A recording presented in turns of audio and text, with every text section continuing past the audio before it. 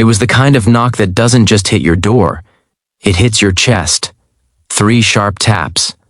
Midnight. No warning, no text, just darkness on the other side of the door and a feeling that whatever waited there was about to change something in my life. When I opened it and saw my boss standing on my porch, eyes tired, hands shaking, those words came out of her mouth so suddenly they barely felt real. "You're the one I want. I want to stay tonight.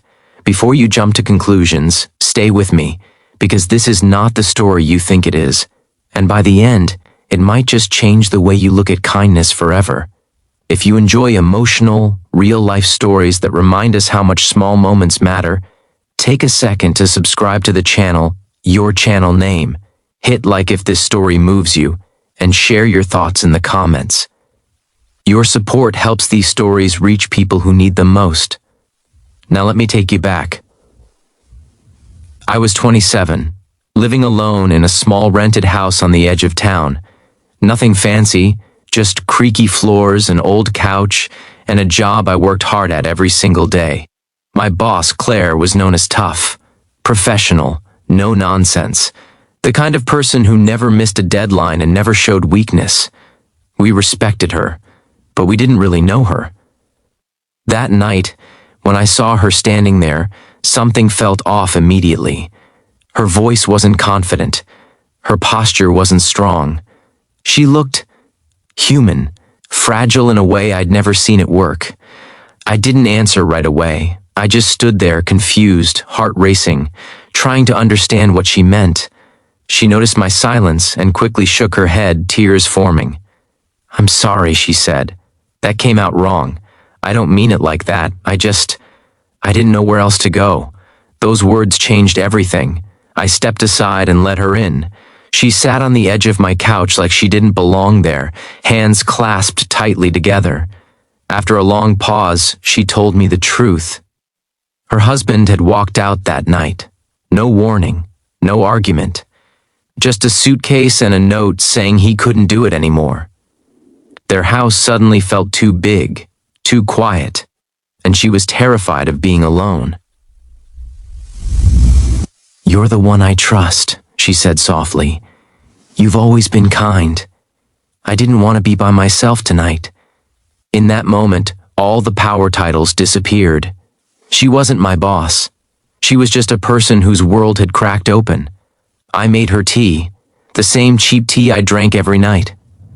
We sat there, talking about nothing at first. The weather, work, small things. Slowly, the tears came. Not loud, just silent drops that carried years of pressure. I didn't try to fix her. I didn't give advice. I just listened. She apologized again and again for showing up unannounced. I told her she didn't need to, because kindness doesn't run on schedules. It shows up when it's needed. She stayed on the couch that night. I took the chair. No lines crossed, no awkwardness, just 2 people sharing space in a hard moment.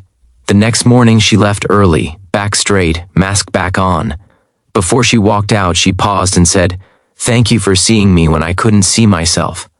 At work, nothing changed on the surface. Same meetings, same emails, same professional distance. But something was different underneath.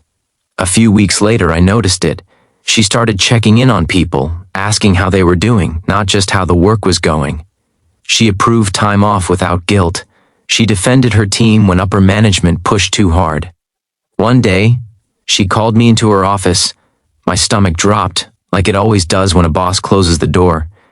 She smiled gently and said, "That night didn't just save me from being alone.